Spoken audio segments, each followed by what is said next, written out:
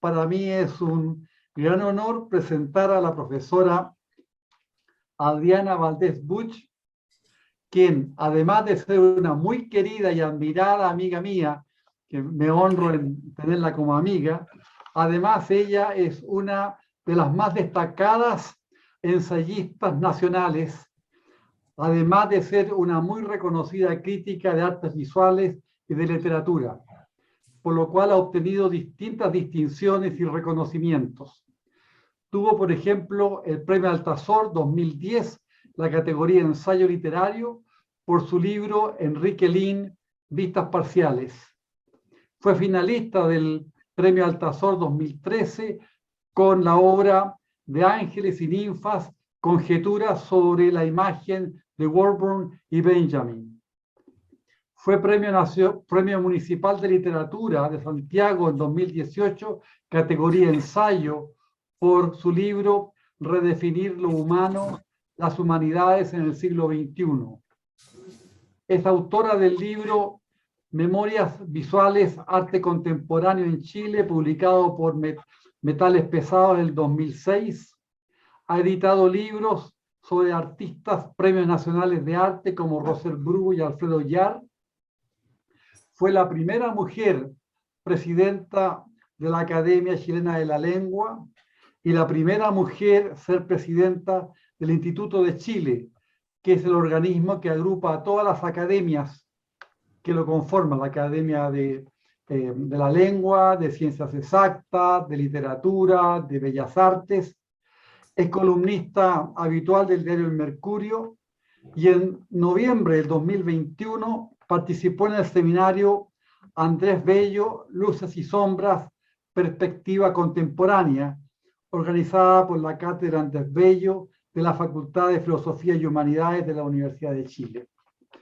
Eso, una parte muy breve del extenso currículum que tiene hoy día Adriana como una de las intelectuales más reconocidas, respetadas, escuchadas en nuestro país. Adriana, es un tremendo honor tenerte con nosotros en la primera clase de la Cátedra UNESCO, la Universidad Pública del siglo XXI, en que tratamos precisamente sobre tu mirada del discurso de Bello, con la mirada de hoy y la mirada de futuro. Muchas gracias por estar con nosotros, Adriana.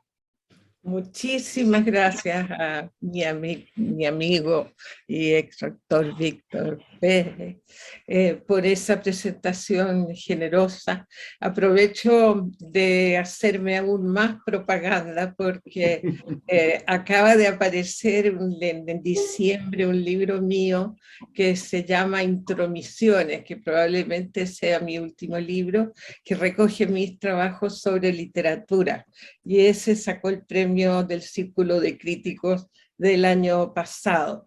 Así es que creo que estoy cerrando carrera en este momento, me da la impresión, pero me da muchísimo gusto estar con ustedes, estar con los estudiantes de la Universidad de Chile, de la Universidad de Talca y de la Universidad de Tarapacá. Confieso que me estoy enterando recién que estamos también con las personas de Talca y de Tarapacá. No puede hacerme eso más feliz. Cuando cuando fui presidenta del instituto hasta hace poco, nos ampliamos muchas veces debido a la pandemia por esta necesidad de expandirse a través de reuniones como esta, y resulta que nuestros miembros correspondientes en provincias tuvieron como nunca una voz muy fuerte en el instituto y en la academia. Y entonces en ese contexto es que me da tanta felicidad saber que lo que vamos a conversar hoy día lo estamos haciendo en varios lugares de Chile a la vez. Es un gran honor para mí que ustedes me hayan invitado a reflexionar sobre la universidad pública del siglo XXI. Y a mí me corresponde en este caso hablarles de un momento fundacional de la universidad pública, pero no en el siglo XXI, sino en el XIX. En esta sesión conversaremos durante un poquito menos de 30 minutos, espero, porque luego vamos a conversar. Digamos, mi intervención debería durar algo menos de 30 minutos y estará dedicada al famosísimo discurso de don Andrés Bello, primer rector de la Universidad de Chile, que entiendo todos ustedes acaban de, digamos, habrán leído antes, pero acaban de leer para asistir a este curso. Yo esta mañana estaba leyendo este librito que acaba de aparecer y me encontré con un regalo y que lo quiero compartir con ustedes porque me parece que tiene que ver con lo que lo que vamos a hacer con el discurso de don Andrés Bello. Es un poema de un poeta de un poeta japonés. Tiene solo 3 versos. Dice: no pises este lugar. Ayer por la tarde había luciérnagas. Y el escritor Kawabata, que estaba leyendo ese mismo poema, lo contesta diciendo: incluso las luciérnagas que no están alumbran. Y yo pienso que estamos en busca de ciertas luces, de ciertos relumbres en el discurso de don Andrés Bello, que cuando lo hablemos de él vamos a estar hablando también de nosotros y de nuestro tiempo. Yo les quiero proponer que pensemos el discurso en al menos 2 perspectivas. Una, la del año en que fue pronunciado, es decir, de 1843, y la actual. Desde la primera perspectiva, podríamos describir la ocasión, el público, algunas reacciones de quienes estuvieron presentes. Todo eso lo encuentran ustedes en libros de historia. Y podemos imaginar a través de las palabras del discurso a quién se dirigía, las personas que él creía que iban a estar en desacuerdo con él, si tenía interés en apaciguar a esas personas o en cambio tenía interés en enfrentarlos, cuáles eran las referencias culturales del propio Bello y su estrategia para instalar su pensamiento, sus convicciones y su idea de la universidad en ese lugar cultural. Finalmente, aprendamos lo que Bello enseñó y construyó en ese discurso, es decir, cuáles eran sus ideas acerca de la misión de la universidad en la nación y cuáles sus nociones de razón y conocimiento. En un segundo momento, una segunda perspectiva que va a ser mucho más breve y final, porque está encaminada a la conversación posterior, quisiera sugerir como una especie de juego intelectual cómo se nos aparece el discurso de Bello en las actuales circunstancias de muchas universidades. La primera perspectiva, tomando palabras de Bello, yo la caractericé como una perspectiva de libertad, ilustrada y patriótica, dedicada a exaltar la influencia moral y política de las ciencias y de las letras. El discurso de Bello, dice el Premio Nacional de Historia 2020, Iván Jaksic, fue pronunciada en un contexto muy propicio, el de la instalación formal de la universidad, con gran ceremonia, el día 17 de septiembre de 1843, es decir, justo antes de fiestas patrias, iniciando con esa ceremonia también la celebración de las fiestas patrias. Contó con la presencia del presidente de la República, que era entonces Manuel Bulnes, y de los principales dignatarios de la Iglesia Católica, de las Fuerzas Armadas y del cuerpo diplomático. Ese mismo día se realizó un Te Deum en la catedral, una recepción en la Casa de Gobierno y una salva de 21 cañonazos desde el Cerro Santa Lucía. Hemos asistido hace poquito a las recepciones, a las ceremonias, pero no a los 21 cañonazos, ¿no? Ese era el calibre del acontecimiento y la importancia que tenía para las autoridades del país, para la naciente universidad y para su primer rector, don Andrés Bello, que fue, como bien saben ustedes, nacido en Venezuela, pero que era ciudadano chileno desde 1832. Este discurso tradicionalmente se llama inaugural y se da, como cualquier otro discurso, en un campo de fuerzas y de ideas en conflicto. La Universidad de Chile, como sabemos, se funda una vez disuelta la Universidad de San Felipe, llamada Real Universidad de San Felipe en tiempos de la colonia, cuyas primeras lecciones se dictaron en 1758, casi 100 años antes de esta ceremonia. Dicha universidad fue disuelta en 1839 por decreto del gobierno de Chile y su función docente había sido asumida años antes por el Instituto Nacional.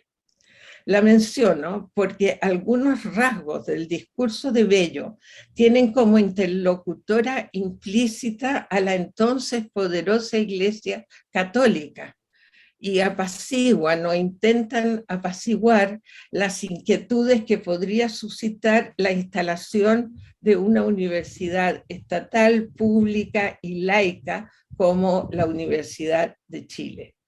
Bello buscaba reparar los daños sufridos en la relación entre la Iglesia y el Estado luego de la clausura de la Universidad de San Felipe, dice Iván Jaksic, y algunas de las características propias tanto de la universidad como del discurso dan fe de este hecho.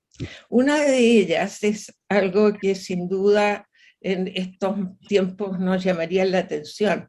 En la Universidad de Chile existía en este momento, en el momento del discurso, una facultad de teología, a pesar de ser esta una universidad estatal. Más aún, los académicos de esa facultad, que eran todos clérigos, provenían de la homónima facultad de la Universidad de San Felipe. Antes del nombramiento de Andrés Bello como rector, se movieron muchas influencias para que el último rector de la Universidad de San Felipe, el clérigo Juan Francisco Meneses, fuese nombrado rector de la Universidad de Chile en lugar de Bello. Este trasfondo sitúa algunas de las referencias que hace el discurso y también sitúa la escritura de Bello. No agota las referencias, por cierto, ni explica el interés de sus reflexiones, porque estas no se despliegan en función de posibles contradictores, sino con unos brillos y unas luces que hacen de este discurso un hito en la historia de las ideas de nuestro país. Por eso me dio tanta felicidad encontrarme esta mañana con ese pequeño poema sobre las luciérnagas. No concibo que la cultura intelectual pueda ser un peligro moral o político. Al contrario, donde ve peligro moral y político es en la ignorancia, que traba la libertad y el desarrollo de las facultades humanas. Dice que hay espíritus asustadizos, así que entre los interlocutores él no los identifica, pero uno se da cuenta. Contra esos espíritus asustadizos, en sus palabras, destaca que las ciencias y las letras, lo cito, elevan el carácter moral al dar un ejercicio delicioso al entendimiento y a la imaginación, y son el mejor preparativo para la hora de la desgracia. Y dar ejemplos dramáticos, como habrán visto ustedes, el de Sócrates antes de tomar la cicuta, y el de Andrea Chenier ensayando su lira a los pies del cadalso, entre otros. También muy dramáticos. Estos dos son los más impresionantes para mí. Es cierto que en un paréntesis Bello dice que las artes y las palabras, los poemas, la filosofía son el mejor paliativo después de la humilde y contenta resignación del alma religiosa. Eso también lo dice el discurso. Se ha apresurado a decir antes, Bello, que él no distingue entre moral y religión, y es evidente que escribe con bastante más entusiasmo de la primera que de la segunda. Andrés Bello era una persona, según sus biógrafos, que tenía un fuerte sentimiento religioso, que duda cabe, pero también había experimentado de cerca ciertas oscuridades del clericalismo. Ciencias y artes eran sus luces. Las ciencias y las artes formaban a las personas y favorecían una convivencia social basada en la moral. Una impresión de Chile en una carta dice: el pueblo de Chile es dócil aunque inmoral. Entonces, y habría entonces que favorecer una convivencia social basada en la moral. Él mismo da testimonio del consuelo de las ciencias y de las artes, y con ello nos regala un vistazo a su propia vida. Sus palabras se sacuden las posibles censuras ajenas. He podido saborearme con sus voces. Adornaron de celajes alegres la mañana de mi vida y conservan todavía algunos matices al alma, como la flor que hermosea las ruinas. Ellas han hecho aún más por mí. Me alimentaron en mi larga peregrinación y encaminaron mis pasos a este suelo de libertad y de paz, a esta patria adoptiva. Esta de tener todavía, gracias a las letras y una flor que hermosea las ruinas de su ancianidad. Todo el mundo hablaba de que era un hombre muy anciano. Tenía 62 o 63 años. Por lo tanto, era como 15 años menor que yo. Eran otros tiempos y otros tramos vitales. Hay otros contradictores potenciales en este discurso que se insinúan. Dice que hay preocupaciones especiosas sobre si la universidad debe o no abrir sus saberes a la sociedad. La alternativa era mantenerse, como antes, conventual o recoleta.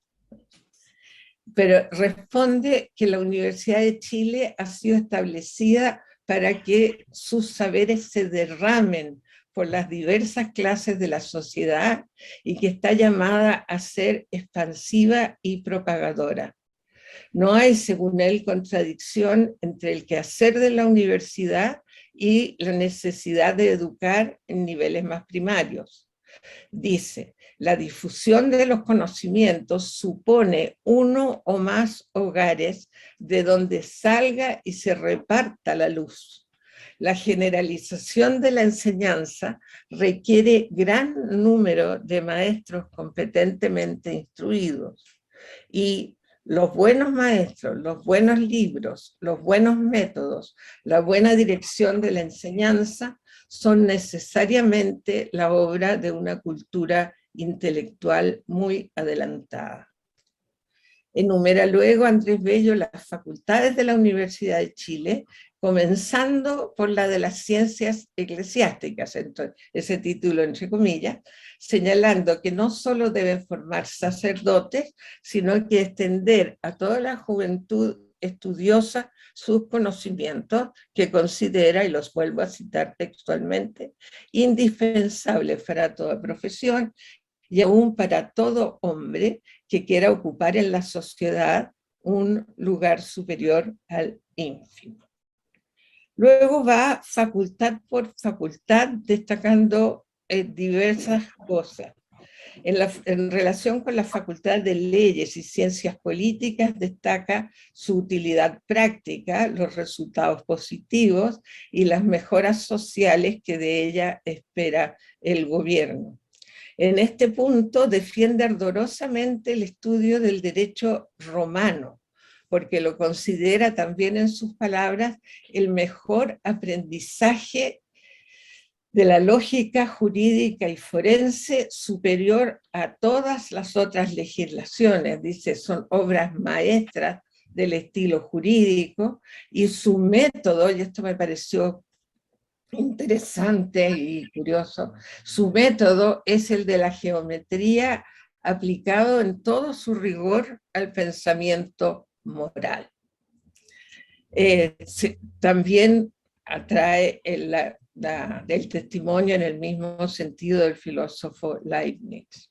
Esta defensa, que parece a veces, tal vez tan necesaria, se hacía necesaria porque aquí había un contradictor que él no nombra y que es José Miguel Infante, constante detractor de Bello, tanto por sus ideas como por su condición, decía él, de extranjero. Las facultades de economía, cuando no habla de economía, habla de hacer las estadísticas necesarias para conocer en la patria, la medicina, es decir, las peculiaridades del chileno en relación con las enfermedades, y la Facultad de Ciencias Físicas y Matemáticas son vistas desde la perspectiva de su utilidad para la sociedad y el país. Dan ocasión, además, a Bello para ampliar su visión de sus quehaceres respectivos, con una defensa de lo que hoy llamaríamos ciencias básicas frente a las ciencias aplicadas. Lo cito ahora. Estoy muy distante de creer que la universidad adopte por su divisa el mezquino cui bono, y no aprecie en su justo valor el conocimiento de la naturaleza en todos sus variados departamentos. Los conocimientos generales hacen más claros y precisos los conocimientos particulares. El hombre instruido en las leyes naturales está, por decirlo así, rodeado de seres conocidos y de amigos, mientras que el hombre ignorante peregrina por una tierra extraña y hostil. Esas últimas palabras las toma él del estudioso escocés Arnold, y ellas le permiten, desde esa filosofía, llegar a una conclusión que concilia educación, moral o religión, moral prefiere Bello, que son los ejes de su discurso.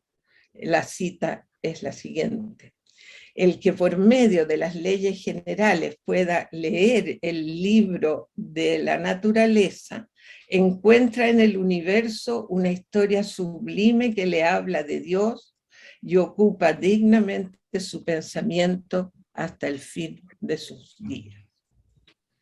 Pasa luego a hablar de las letras, lo que hoy llamaríamos Facultad de Humanidades.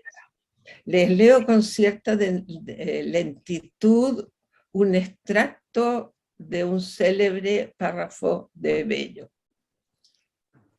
Paso, señores, a aquel departamento literario que posee de modo peculiar y eminente la cualidad de pulir las costumbres, Piensen en lo que estábamos hablando en relación a la vida social, la cualidad de pulir las costumbres, que afina el lenguaje, haciéndolo un vehículo fiel, hermoso, diáfano de las ideas, que por el estudio de otros idiomas vivos y muertos nos pone en comunicación con la antigüedad y con las naciones más civilizadas, cultas y libres de nuestros días, que por la contemplación de la belleza ideal y sus reflejos en las obras de genio, purifica el gusto, forma la primera disciplina del ser intelectual y moral, expone las leyes eternas de la inteligencia y desenvuelve los pliegues profundos del corazón para establecer sobre sólidas bases los derechos y deberes del hombre. Más adelante, en la segunda parte, en la breve esta de la perspectiva, lo que voy a hacer será muy sencillo. Voy a dar vuelta este párrafo, tal como se da vuelta un calcetín. Así es que manténganlo, por favor, en la memoria. Volveré sobre estas palabras. Por el momento, en la perspectiva del discurso del propio don Andrés, diré que las letras quedan en lo más alto de la cultura y la civilización, así como el desarrollo de la inteligencia y del corazón humano. Todo ello para establecer sobre sólidas bases los derechos y los deberes del hombre en cuanto persona individual y en cuanto ser social. Siendo yo quien soy, yo misma, no puedo dejar de citarlo cuando habla de mentes brillantes y no limitadas al sexo, que entre nosotros ha cultivado casi exclusivamente las letras. Esto me sorprendió encontrarlo en el discurso y se lo traigo como en una especie de regalo contemporáneo. Hay una anécdota muy, muy linda que me parece que cuenta el historiador Gonzalo Bulnes, de la presencia de doña Mercedes Marín del Solar, desolada, en los funerales de Andrés Bello. Todas las verdades se tocan. Esa es tal vez una de las frases más citadas y recordadas de este discurso. Está en sus páginas iniciales y es consistente con esa metáfora a la que ya nos habíamos referido del libro de la naturaleza. Los saberes para don Andrés confluyen y constituyen un continuum. Los adelantamientos en todas las áreas, dice, se llaman unos a otros, se eslabonan, se empujan y culminan en el adelanto moral y político, en las mejoras sociales, en la sed de la libertad. Todas las facultades humanas, dice, forman un sistema. No se puede paralizar una sola fibra del alma sin que todas las otras se enfermen. Bien leídas, las reflexiones de este párrafo, que está más bien a comienzos del discurso, son una apología de la libertad y de la curiosidad intelectual, de la maravilla ante la naturaleza y de las creaciones del espíritu, incluyendo entre las creaciones del espíritu la verdad teológica. Al incluir esta dimensión, evita una especie de censura clerical previa de las ideas en nombre de los dogmas. Dogmas es una palabra que basa, es usada y entra del discurso. Extinguir la curiosidad, señala, no es posible sin hacer el espíritu humano, lo cito nuevamente, incapaz de todo lo grande, insensible a todo lo que es bello, generoso, sublime, santo, sin emponzoñar las fuentes de la moral, sin afear y envilecer la religión misma. Es decir, la religión como censura o la religión como oscurantismo es uno de los oponentes imaginarios de este discurso de Bello. Y con eso yo quiero pasar a mi segunda perspectiva, que será muy breve, para abrir conversación con ustedes. Me propongo entonces mirar el discurso de Bello desde el presente. Como les contaba, él lo pronunciaba un 17 de septiembre, en que comenzaban las celebraciones de la independencia de Chile, y en la mitad de un siglo que se caracterizó por la construcción de los estados nacionales. La pugna entre Iglesia y Estado era tal vez uno de los puntos principales de la política de ese momento.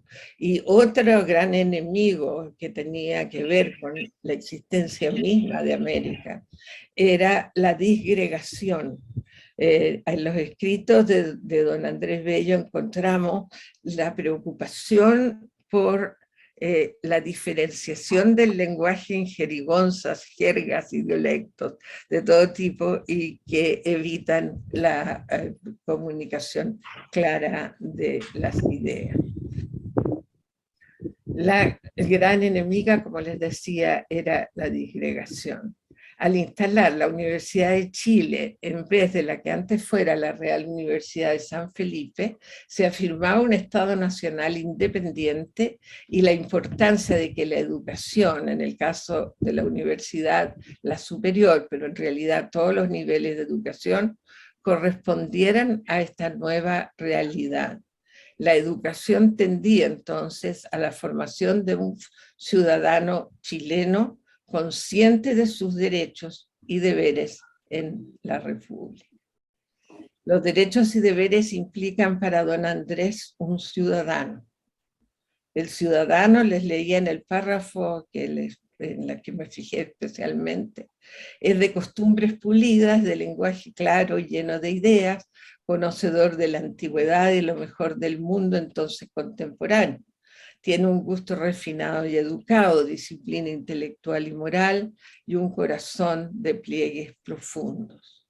Estas son para él las sólidas bases de la ciudadanía y la democracia. Por supuesto, como aspiración, como tarea, no como algo que ya tengamos, ni que tuviéramos en 1843.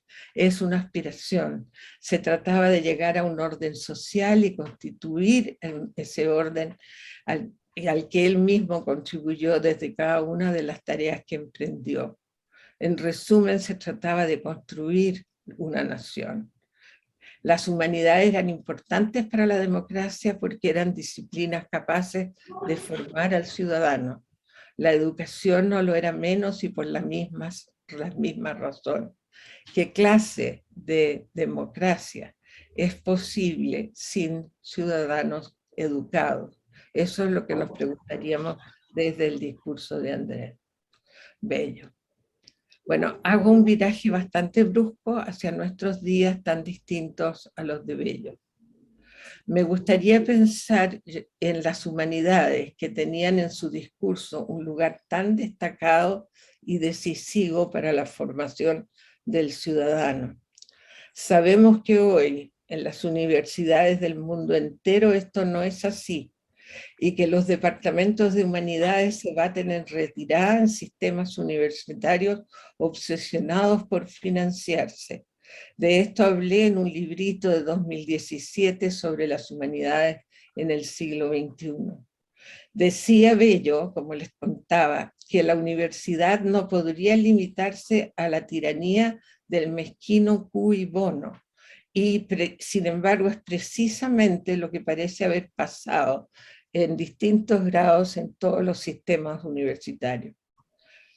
Cuando escribí ese libro, el pensamiento de Martha Nussbaum en su obra Sin fines de lucro y el de Nuccio Ordine, notable obrita que se llama La utilidad de lo inútil, me sirvieron de norte para lamentar, por una parte, la tecnificación y el consiguiente empobrecimiento de los estudios de las humanidades, transformados en una especialización más de las muchas que existen. Es decir, no es algo que esté en todas las especializaciones, es una especialización más.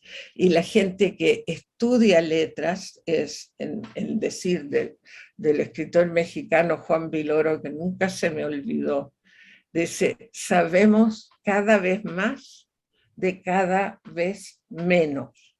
Y con esa frase resume muy bien el resultado de esa especialización, que redunda en la que todo el mundo llama ahora la tiranía de los papers, y en una extensa literatura secundaria que se escribe solo para cumplir con requisitos académicos profesionales.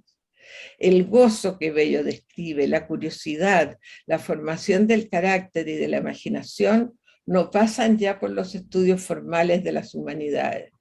La tecnificación y la especialización, sumadas a sistemas de financiamiento y de evaluación diseñados para otro tipo de conocimientos y con otros tipos de rendimientos medibles de manera muy diferente, parecen haberse robado el alma de la que tanto nos habla Bello, o aquello que todavía llamamos el alma, como dice más cerca de nuestros días el poeta Enrique Lihn. Sin embargo, las humanidades plantean un desafío intelectual y moral inseparable de la ciudadanía y del ejercicio de las capacidades democráticas. El debate sobre las humanidades y su relación con la democracia, en un tiempo no de construcción, sino de disgregación de las sociedades, es más urgente que nunca, y las palabras de Bello están lejos de ser solo una belleza retórica. Cuando presenté un libro de Iván Jaksic, que es una antología de textos de Bello, dije que afirmé hace unos 2 años, no sé exactamente qué es lo que diría ahora, pero afirmé entonces que creo que son muchos los que sienten que la democracia está en serio peligro, y no por las ideas que defienden los oponentes, sino por el bajísimo nivel de educación en que se desarrolla actualmente la actividad social y política. Las discrepancias son necesarias y funcionales para la democracia. Lo que no lo es, lo podemos sacar directamente de las palabras de Bello sobre las humanidades, si, como decía, las damos vuelta como un calcetín y la ponemos en negativo. Lo hago como ejercicio. Amenazan entonces la ciudadanía, las costumbres básicas, el maltrato generalizado y naturalizado, la transformación del adversario en enemigo, un lenguaje básico sin matices y muchas veces soez, incapaz de transmitir ideas y sentimientos con un mínimo de complejidad, la ignorancia de la historia y de las condiciones del mundo externo, el gusto degradado, la indisciplina intelectual y moral, la superficialidad y la unidimensionalidad de corazón, la estrechez de corazón, la conocemos en Concione.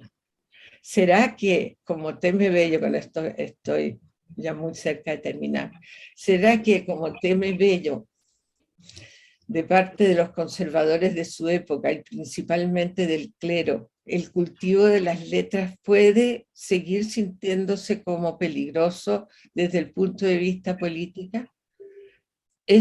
Del punto de vista político, es extraño a estas alturas del siglo XXI hacerse la misma pregunta. Sin embargo, puede considerarse que unas palabras de Nussbaum responden en nuestro tiempo a inquietudes similares, solo que el contenedor es distinto. Es más fácil, dice Nussbaum, tratar a las personas como objetos manipulables si nunca se ha aprendido otra manera de mirarla. Esa otra manera se aprende en muchos lugares, pero su lugar de privilegio está en las humanidades. Un ejemplo, un artículo sobre los derechos humanos de una investigadora norteamericana llamada Lynn Hunt, ¿no? Vincula la idea del nacimiento de la idea de los derechos humanos con la novela moderna y otras formas de crear empatía por subjetividades muy ajenas a la propia experiencia. La falta de imaginación genera también falta de empatía y hace de los otros objetos manipulables, en palabras de Nussbaum, más que conciudadanos. La desigualdad escandalosa de nuestras sociedades se tolera mejor si no logramos realmente imaginar y ponernos en el lugar de quienes la sufren. Nussbaum habla de una educación meramente utilitaria destinada a formar instrumentos para cumplir las funciones que la sociedad necesita. Y la considera lisa y llanamente, la cito, un suicidio del alma. Yo no debo extenderme más. No solo quiero dejar en claro que no es que yo esté oponiendo las humanidades a las ciencias, porque entre ambas se necesita la chispa, se necesita la curiosidad intelectual, se necesita la libertad. Pero lo que me estoy oponiendo es a esa creatividad, a esa curiosidad y esa libertad, a la razón burocrática que se encandila con plazos, productos, impactos, y con la posibilidad de llegar a un cuadro de números que sean pretendidamente comparables. Y quiero dejar en claro que las dos autoras que cité se referían a situaciones generalizadas que no se viven solo en Chile. Muchas gracias por la paciencia de escucharme y estoy a disposición de ustedes para conversar. Muchas gracias.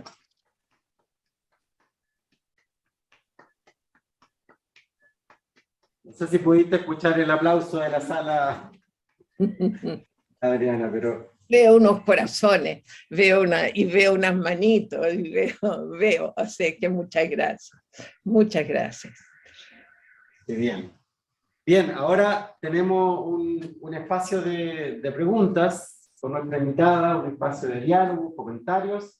Los que están online pueden escribir sus preguntas en el chat, por favor háganla. Acá está Sofía, que es nuestra asistente de la cátedra, va a estar atenta a las preguntas que ustedes puedan hacer, y los de la sala levanten la mano. Ustedes ya leyeron, trabajamos la semana pasada en este texto, así que comentarios, preguntas, tenemos esta oportunidad de poder dialogar con nuestra invitada sobre este discurso inaugural. Pedro tiene la mano en la mano. Pedro, profesor. Sí. Pedro, adelante.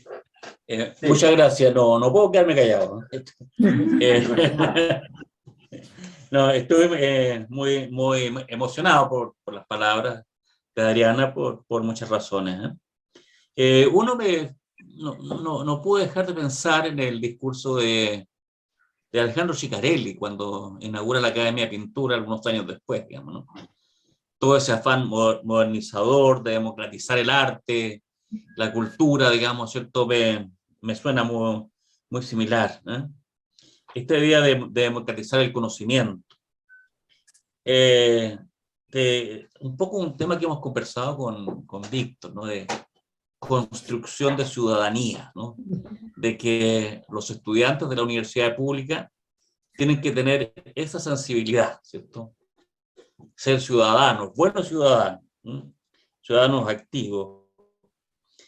Y lo que realmente me terminó emocionando más fue el tema de las humanidades. Yo dirijo un instituto de estudios humanísticos, ¿cierto? En el contexto más o menos que Adriana describió, ¿eh? Que es cierto que nuestra universidad de Talca tiene una sensibilidad especial por la cultura, a través de sus colecciones, parques, etcétera, pero las humanidades, como en todas, la mayor parte de las universidades, las percibimos como en deuda, digamos, ¿eh? En deuda, primero por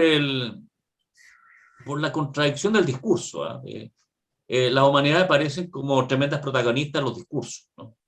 En las definiciones institucionales, ¿cierto? En palabras oficiales de buena crianza, de sensibilidad, de arte, de cultura, etcétera, ¿no?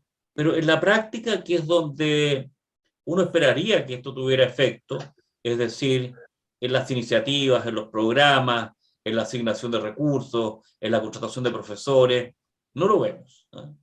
Lo vemos como una cuestión más bien declarativa, una cosa así como una guindita a la torta, más o menos, ¿no? Que funciona bien, digamos, pero un poco para aplauso nomás, ¿no? Y lo otro que me parece también, que yo estoy totalmente de acuerdo, que a quienes trabajamos en las humanidades, en el campo humanístico, yo más bien estoy en el campo historiográfico artístico, por así decirlo, chileno, esta cultura que nos estandariza y nos uniforma del Fondesit, ¿no? Es decir, Eso. todo traducirlo, ¿cierto?, a productos indexados, ¿cierto?, nos exigen hasta factor de impacto, en las instituciones se promueven a veces ciertos tipos de productos, ¿cierto?, que se estimulan con asignaciones especiales, etcétera, ¿no? Pareciera ser que en esto de optimizar los resultados, ¿cierto?, estamos intentando estandarizar una cultura académica que tiene sus matices, digamos, ¿cierto?, y que son necesarios de conocerlo y de promoverlo, ¿no? Y el matiz que tiene la humanidad es un tema insustituible. Pero de alguna manera, y en esto nos quejan, nos sentimos un poquito acorralados, ¿cierto?, por una cultura preponderante, la cultura de la productividad, por así decirlo, ¿no? Yo no tenía nada más que comentar, digamos, ¿cierto? Y felicitar, digamos, a Adriana por la brillantísima exposición que ha hecho. Muchas gracias. Muchísimas gracias, muchísimas gracias. Me alegra que en realidad haber podido interpretar estas preocupaciones, porque se han generalizado muchísimo. Y justamente yo me refería a esas formas de estímulo y de evaluación que están hechas pensando en productos que tienen que ver más con otro tipo de actividad, y que nosotros en realidad hacemos los proyectos y llenamos los formularios. A mí me ha tocado ser juez muchas veces, nunca he presentado un proyecto, gracias a Dios, todo lo he hecho por mi cuenta y riesgo, ¿no? Pero la idea es que uno sabe hacer un formulario, pero que el formulario le pregunta cosas que de verdad uno no puede contestar con honestidad, porque ¿dónde lo va a llevar la investigación? Eso es decir, bueno, yo investigo para saber a dónde voy, no se lo puedo poner desde ya, no sé a qué conclusiones, no sé exactamente para qué va a servir, pero como bien decía don Andrés Bello, ese cui bono es mezquino, porque tenemos que saber lo que él llama las leyes generales para darle sentido a esta extrema particularidad que están adquiriendo nuestros estudios, porque estamos buscando autores que no se conozcan, y muchas veces hay autores olvidados que bien olvidados están, digamos, y a los que se les dedica probablemente más atención de la necesaria, porque van a circular en otros por ser nombres novedosos. Esas cosas creo yo que hay verdaderos descubrimientos y hay descubrimientos burocráticos. Y a mí no me gustaría, digamos, participar de descubrimientos burocráticos. Gracias. Consulta de acá en la sala. Teníamos harta la semana pasada, vamos. Tenemos una consulta de Elvis. Ahí. Elvis, ¿está ahí en línea para hacer la pregunta o la leemos nosotros? Sí, pero parte de la pregunta, profesor, ya fue respondida en la larga y lata extensión que hizo la docente Adriana Valdés, así que me quedó muy clara. Muy agradecido por la clara y precisa visión que tuvo. Así que en el fondo estaba madurando esa pregunta, pero efectivamente ya fue respondida. Muy amable. Gracias, muchas gracias. Acá hay otra pregunta de Wilson. No sé si quieres hacer la pregunta tú. Wilson, ¿estás ahí o la leemos nosotros por ti?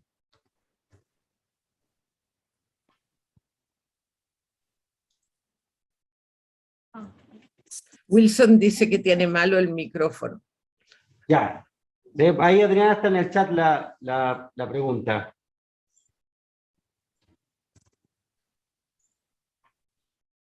Es muy interesante la pregunta de Wilson, la voy a leer para que toda la sala también la escuche.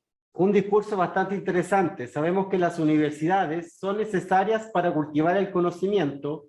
No obstante, actualmente, gracias a la globalización, se puede aprender siendo autodidacta. Mi consulta, ¿qué tanto castiga la sociedad a estas personas autodidactas al no tener el reconocimiento de una universidad como un título? Esa es la pregunta de Wilson. Gracias, Wilson. Particularmente en las humanidades, ojalá ustedes estén de acuerdo conmigo, hay autodidactas que son absolutamente brillantes y hay consejos que da, por ejemplo, Carlos Droguet y nos dotaba a nosotros mientras estudiábamos para hacer clases de literatura. Estudia cualquier cosa si quieres escribir, pero no estudies para profesor de castellano. Eso decía, y no era muy inspirador para nosotros en ese momento. Pero el asunto tiene que ver con que, tal como los rendimientos de nuestros trabajos están medidos por unas especies de raseros objetivos, entre comillas, que no lo son, yo los llamo más bien burocráticos, lo mismo pasa con las personas, en el sentido de que las universidades, las mismas autoridades de la universidad, pueden acreditar sus universidades o sus programas o sus estudios en función de los títulos que exhiban sus académicos. Y entonces muchas veces es difícil trabajar en este campo sin los títulos. Yo lo lamento profundamente. Creo que como el mundo se ha puesto muy grande, hay mucha gente y somos demasiados como para poder hacer como hacíamos antes, una conversación con las personas para saber su nivel. Ahora su nivel es una cosa que está fijada más que nada por títulos otorgados por instituciones. Y yo lo encuentro eso, creo que un autodidacta, y de hecho de muchos autodidactas aprendí más, no los nombraré, que de muchos profesores.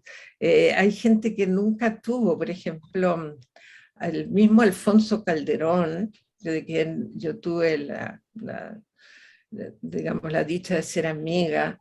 Él no tenía todos los títulos universitarios y sin embargo estudiaba y trabajaba en el Instituto de Literatura Chilena, y nadie puede, de la Chile antes del golpe, y nadie puede negar su tremendo aporte a la literatura chilena. Enrique Lin era autodidacta. Muchas otras personas, Enrique Lin estudió en la Escuela de Bellas Artes y sus títulos eran precarios. Llegó a la Universidad de Chile por una ley que o existía en esa época, de logros equivalentes, que era muy difícil de aplicar. O sea, yo creo que en ese caso, una persona, si es escritor, escribe, y es su libro, su título, ¿verdad? Pero si quiere ser profesor universitario, yo lo que veo ahora es que las mismas autoridades de la universidad, por las necesidades de acreditación, no van a poder darle un muy buen lugar. No sé si me equivoco, porque no estoy en eso yo en este momento. Gracias, Adriana. Adriana, si hay algo que se desprende con evidencia de tu presentación, es el anhelo de Andrés Bello por la libertad, por la libertad intelectual, por esa libertad que no admite cortapisas, independientemente de las disciplinas.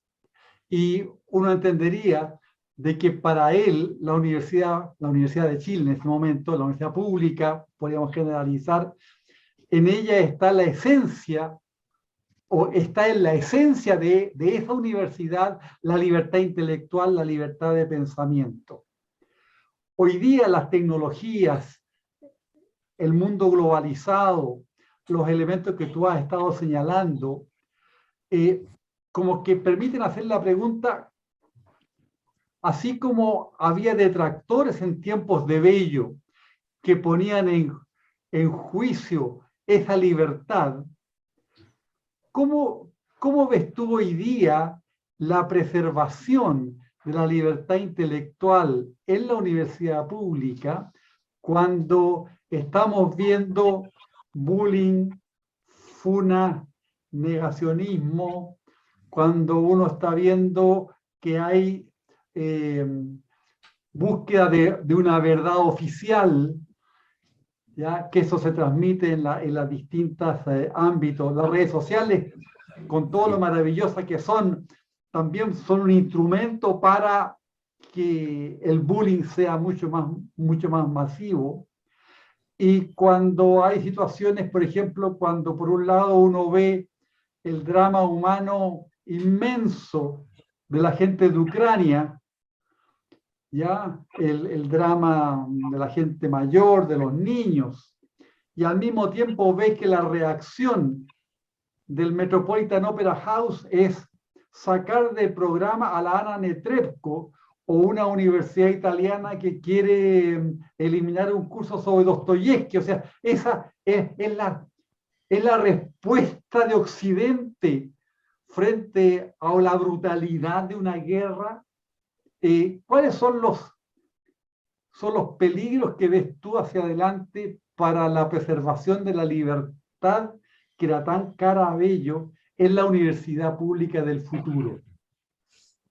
Yo estoy muy de acuerdo con la descripción que has hecho de los peligros de la libertad de pensamiento.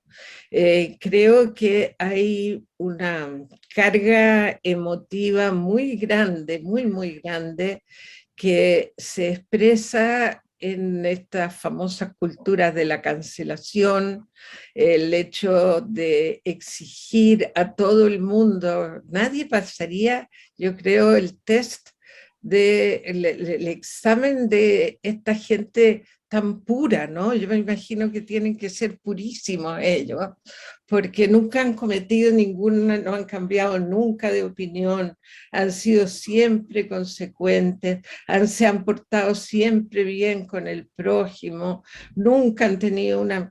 Entonces, en nombre de algo así, de una especie de superioridad, empiezan a juzgar a las personas sin matices. Fíjate que por el lado de los matices, por el lado de este lenguaje al que Bello se refería, cuando el lenguaje se empobrece mucho, cuando todo es más bien soez, cuando todo es más bien insultante, tenemos una fuerza, sí, una fuerza de la emoción, pero una fuerza muy negativa que va en contra de lo que el mismo Bello hablaba en relación con los pliegues del espíritu humano.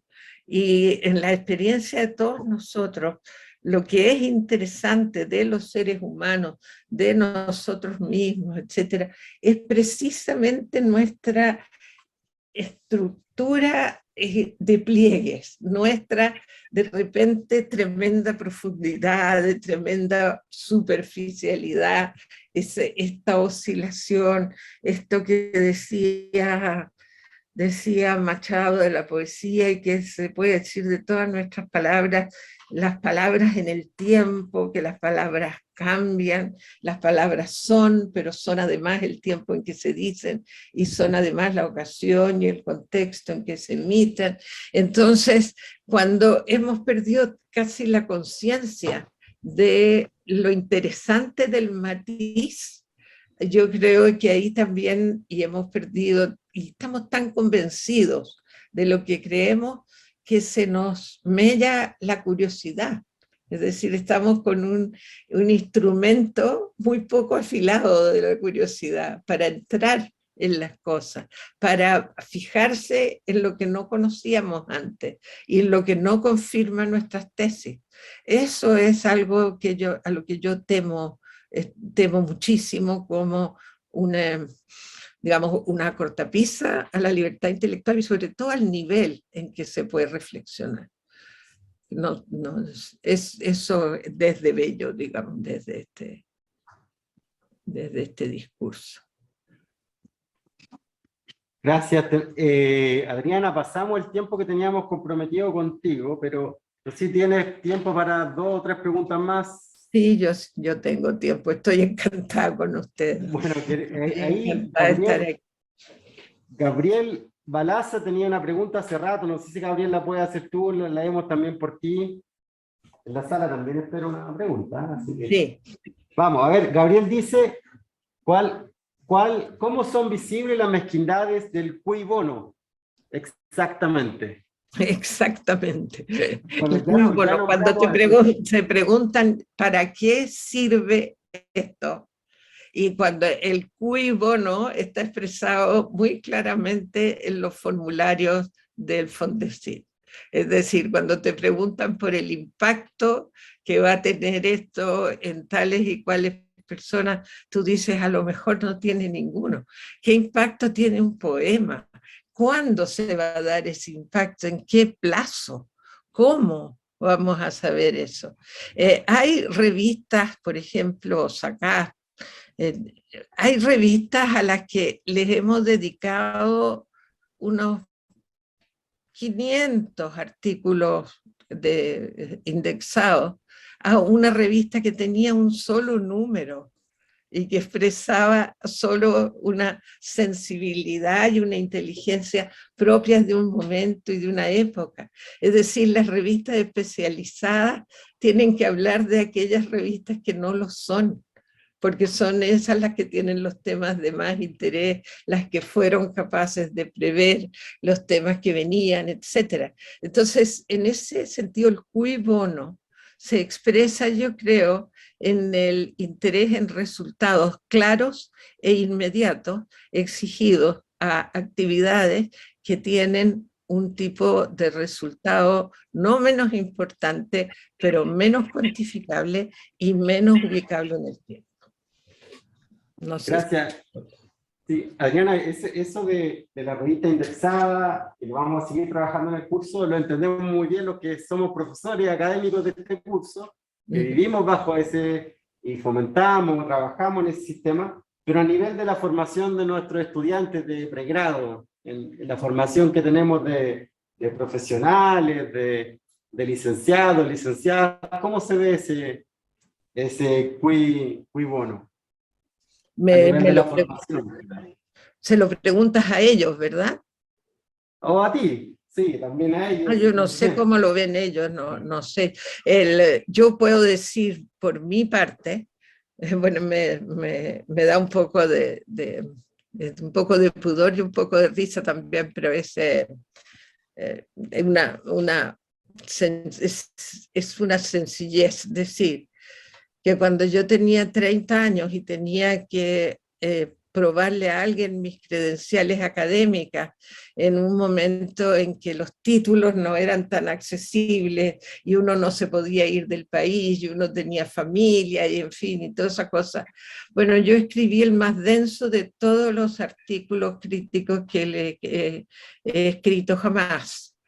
Y cité toda una bibliografía que hasta el día de hoy se viene citando muchas de ellas como novedad.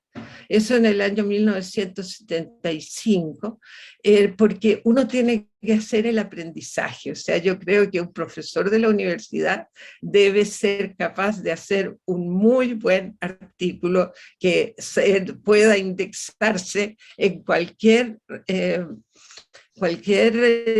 buena revista especializada, sin duda, hay que ser capaces de hacer eso.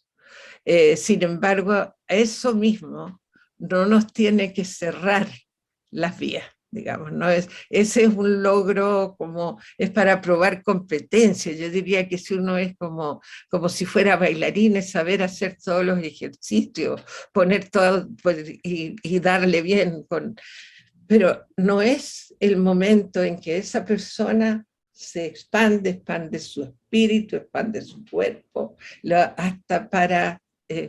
eso lo dijo Valéry, ¿no? El alma y la danza, cuando hizo un contraste entre caminar en el escenario, cruzar el escenario caminando y cruzar el escenario bailando. Hay yo creo que es el baile lo que finalmente nos interesa, figuradamente hablando. Gracias, Adriana. Hay una pregunta del profesor Gonzalo. Gonzalo, profesor de la Universidad de Tarapacá. Sí, hola, buenas tardes. Hola, Gonzalo. Un poco temeroso levanté la mano después de la exposición, la verdad, maravillosa de la profesora y yo quería hacer un comentario. No sé, yo mientras releía el discurso inaugural, yo leía libertad por todos lados, cuando dice la universidad como un medio de construcción de ciudadanía y democracia. La libertad, eso está fundamentado sobre la libertad. Sumamente provocativo cuando dice todas las verdades se tocan, lo que decía la profesora, esta curiosidad intelectual, y esto es básicamente el ejercicio mismo de la libertad, que todas las verdades se puedan tocar, es principalmente el ejercicio de la libertad. Sin embargo, hacia el final, leí un contrapunto y aquí es donde tengo una consulta, porque quiero leer cortito, dice la libertad como contrapropuesta, por una parte a la docilidad servil, que lo recibe todo sin examen, ¿cierto?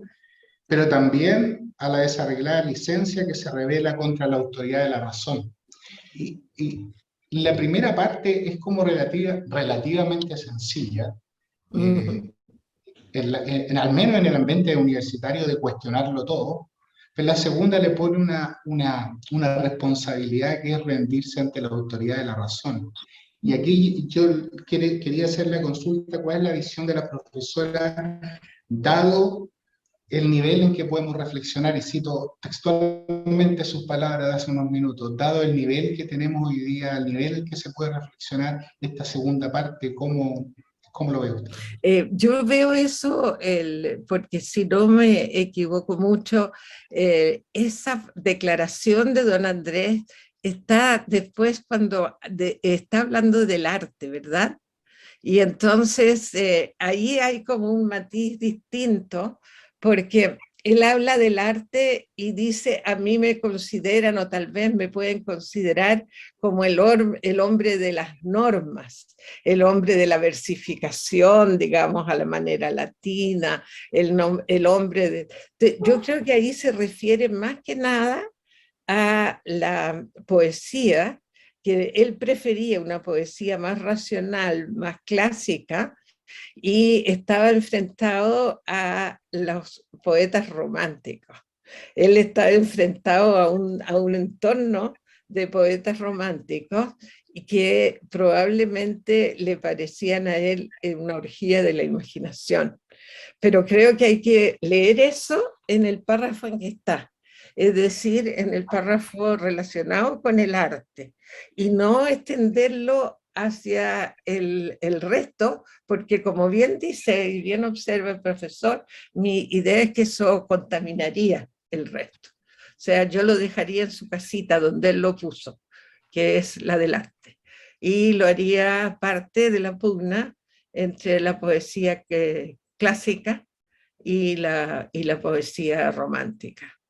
Yo no sé, en el epistolario, por ejemplo, uno ve las cosas que le escribía, las cartas de pésame que le escribía Francisco Bilbao, eran de una desmesura porque ustedes saben que Bello tuvo como 15 hijos y de ellos murieron antes que él casi 10, creo, ¿no?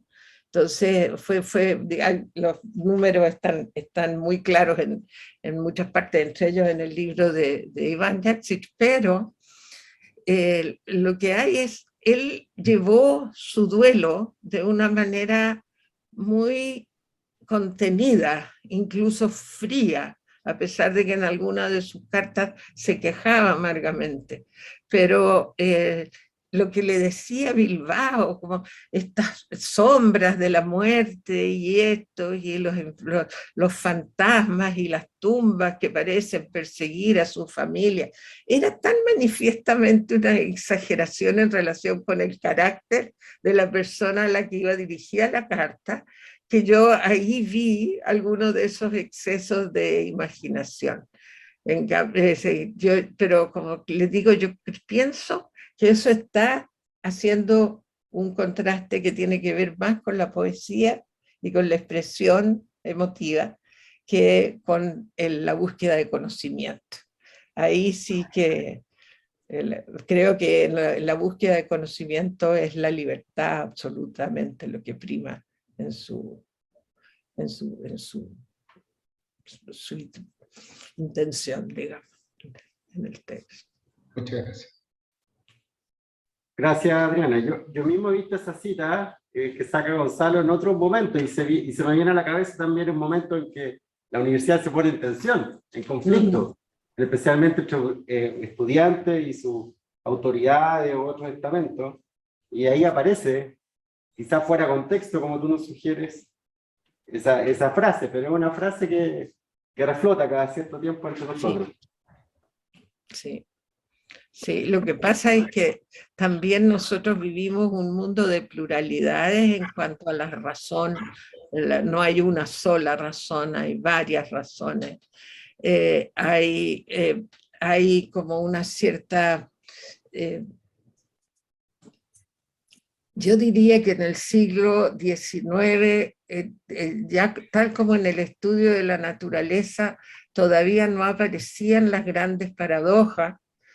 En el estudio de la naturaleza en el siglo XX y XXI aparecen las grandes paradojas y también aparecen en nuestro pensamiento, tanto filosófico como literario. Y por lo tanto, el someterse solo a la razón puede resultar un tanto ajeno a la experiencia contemporánea, es decir, habría que saber razonar, no necesariamente, digamos, quedarse en una razón, en una razón fija, sino que, entonces me acuerdo yo no estoy tratando de acordarme de algo que tiene que ver con que la formulación de una idea, eso debe ser sabiduría oriental, me imagino. La formulación exacta de una idea es extraordinariamente útil, tan útil como un bote que nos sirve para cruzar un río.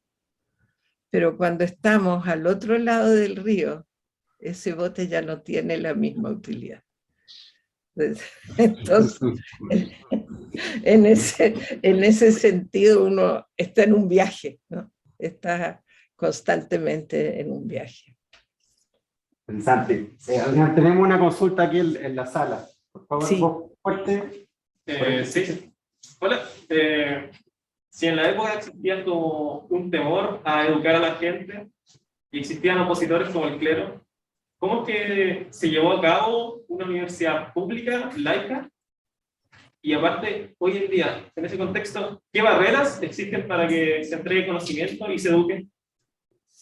Yo diría que eso lo abordamos un poco en la exposición, porque el clero, o sea, los espíritus temerosos, asustadizos, dice, me encantan las palabras que él usa, trato de acordarme.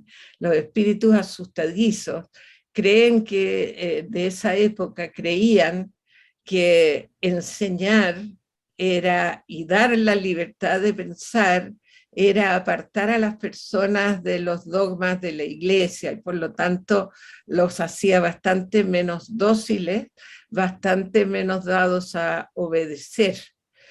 Entonces, una educación que aparta de los dogmas podía significar un desafío al poder eclesiástico. Cuando hablábamos de las palabras de Nussbaum ahora, acá, yo me refería exactamente a lo mismo, es decir, dar mucho conocimiento general y no solo especializado, porque cuando el conocimiento es muy especializado, uno es también un instrumento muy especializado. Un desatornillador solo sirve para lo de sacar y poner tornillos.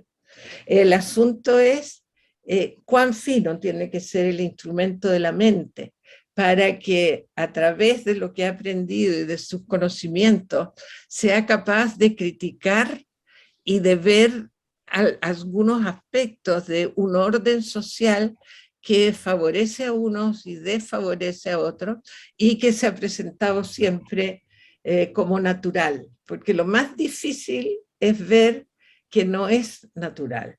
Eso lo digo desde la perspectiva también de las mujeres, es decir, cuando se dice que este es su lugar natural, nosotros siempre fuimos, yo, mi generación, así fue educada, así se siente todavía, como en los sentimientos más primarios, siente, no me corresponde estar aquí, estoy hablando de más, soy una impostora.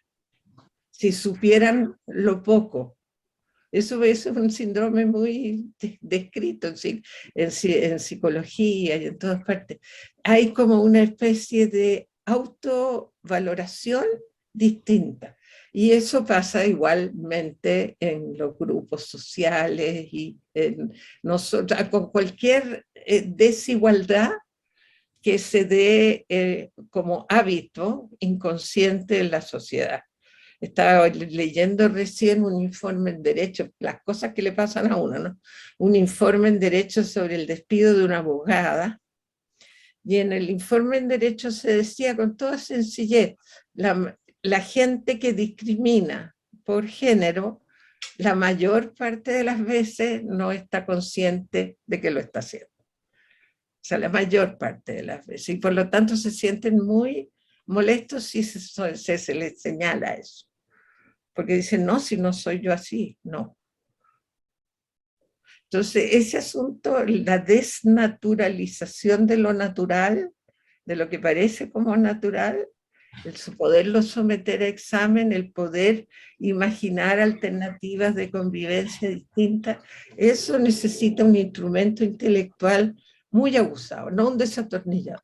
Entonces, yo pienso mucho que las especializaciones excesivas son también una manera de transformar a la gente en instrumentos manipulables, como decía les decía Martha Nussbaum, una mujer a la que yo admiro enormemente y cuya lectura a los jóvenes se las recomiendo. Sí, la tenemos en nuestra bibliografía, Adriana, a Martha Nussbaum. Me parecía que la iban a tener, sí. Está presente. Otra pregunta tenemos acá. Perdón, ¿tu nombre es? Felipe. Felipe, Romina. Felipe y ahora viene Romina. No sé si me sale bien. Pero con esto que estamos conversando y un experto que destaqué acá, en donde se dice como que para el gobierno debiese ser una necesidad primaria y urgente la educación, como entendiéndola como la base de todo sólido progreso. Pensé un poco que en los últimos años finalmente está siendo como el mercado el que regula qué tipo de profesionales están generando las universidades, sobre todo por lo que hablamos de publicar cierta cantidad de papers, incluir o no personas con título profesional, porque es o no más rentable cierta ciencia que otra, y citándola a usted misma como en esto de que si el cultivo de las letras sigue viéndose como peligroso desde el punto de vista político, quizás también como desde el punto de vista del mercado, en donde se privilegia aquello que es más rentable o no. Y lo podemos ver en el tema de las humanidades. Me generó la duda de que si en el discurso de Bello se hacía frente como a este oponente que era la religión, debiese ser un rol de la universidad pública hoy en día hacer frente a estos impedimentos que nos está poniendo el mercado y quizás este sistema económico que llevamos y que impulsa como lo rentable por sobre el conocimiento final.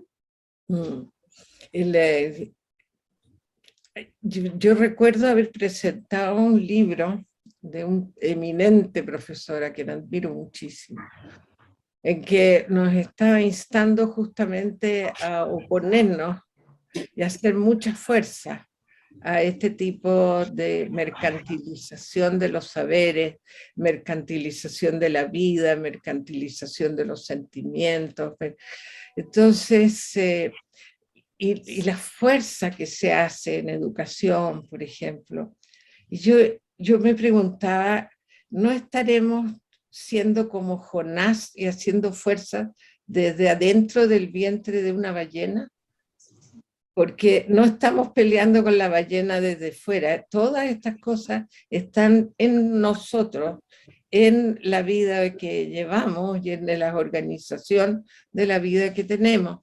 Y mira, yo, me van a perdonar, me pongo apocalíptica y pienso en la puta de Babilonia, ¿no? Porque no hay una sola actividad humana hoy que no esté regida por el dinero, ni el amor, es decir, como nunca. Ciertos estereotipos, ¿cierto? Hay como una monetización de todo, que yo no sé por dónde podríamos salir, digamos, porque no se puede cambiar una educación, salvo en núcleos pequeñitos, comenzando. O sea, yo estoy convencida de que uno cambia algo en los núcleos en que trabaja, pero no tanto sistémicamente. Hay que tratar de tener un sistema que tenga muchos huecos para que se pueda meter más gente distinta, que pueda funcionar más gente distinta buscando objetivos no tan monetarios solamente.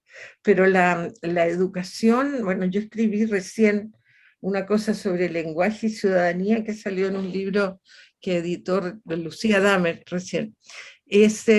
Para a mí ver el lenguaje es uno de los instrumentos de segregación social más fuertes que existe. Uno puede, y cómo liberarse de este lenguaje que se transforma en estereotípico, que se transforma en excluyente de los demás. Bueno, es bien complejo. Escribí muchas páginas y leí mucho sobre eso. Se los podría mandar a quien quiera. Se los mando. Pero el asunto es que la creatividad en el lenguaje, como dice Schneider por lo demás, Schneider, la creatividad en el lenguaje es como el agüita fresca, que cuando uno logra hablar de una manera que no sea la estereotípica, uno mismo siente y le da al interlocutor como una capacidad de desautomatización, que a mí me parece muy útil, pero no sé para dónde vamos, no sé cómo hacerlo, y el asunto del sistema de la educación no lo entiendo, cómo abordarlo en forma sistémica. Los que sí vi es que cuando en 2011 la gente salió a la calle y puso su cuerpo en la calle, no en términos del 19, del estallido de octubre, nada de eso, sino que como coreografía en la Alameda, se puso ese cuerpo. Estamos aquí, somos esto. El discurso de ustedes no nos incluye, pero míranos. Y ese asunto yo lo encontré de una creatividad y de una belleza muy, muy impresionante. Es decir, creo que tal vez la cosa de las humanidades vaya por el despertar de esa libertad y esa creatividad que sea cada vez más informada, cada vez más inteligente, para poder sorprender a la sociedad y poder ofrecer algo más que repetición. No sé, estoy hablando de cosas que ya me fui por el lado de lo que yo no sé. Adriana, creo que hasta ahí nomás puedo llegar. Adriana, con lo último que me acabas de decir, como que me hiciste subir a un tren que no quería subir, ¿ya? Y que tiene que ver con el tema de la educación, que también podría dar para mucho, pero está en la esencia del discurso de Que tú Bello, sabes, claro. el tema de la educación, y tú lo enfatizaste en la primera parte de tu presentación. Pero, ¿cómo miras desde afuera, de fuera de la Universidad de Chile me refiero, a que el Instituto Pedagógico, cuna de los grandes humanistas de Chile, todavía sigue cercenada por la dictadura de la Universidad de Chile, y que la Universidad de Chile no tenga una facultad de educación, que está en la esencia de la universidad pública y en el discurso de Bello? Y me bajo el tren porque no te quería hacer la pregunta, pero ya que me subiste al tren, te la hago. Mira, yo me crié envidiando a los estudiantes de humanidades de la Universidad de Chile. ¿Del pedagógico? Desde la Universidad Católica. Y los envidié muchísimo porque estaba ahí el centro de la actividad intelectual, de la pugna. Nosotros éramos grandes lectores y todo lo demás, pero después, conociendo a las personas de mi generación que habían pasado por la Universidad de Chile, por el pedagógico de entonces, yo me doy cuenta que esa descripción que hace Víctor es exacta, en el sentido de que por el tipo de disciplinas que son disciplinas que promueven la conversación, la discusión y el pensamiento conjunto. Y entonces eso es extraordinariamente valioso y yo diría extraordinariamente peligroso, porque por algo la dictadura quiso cercenar eso y claro, eso ahora a mi parecer es un asunto interno de arreglar, digamos, pero dentro de la concepción del discurso de Bello, ciertamente, yo diría que dentro de esa libertad y dentro de esa potestad de la universidad de conectar los saberes y de derramar, como dice él con su palabra, hacia el resto de la sociedad esos saberes, a mi parecer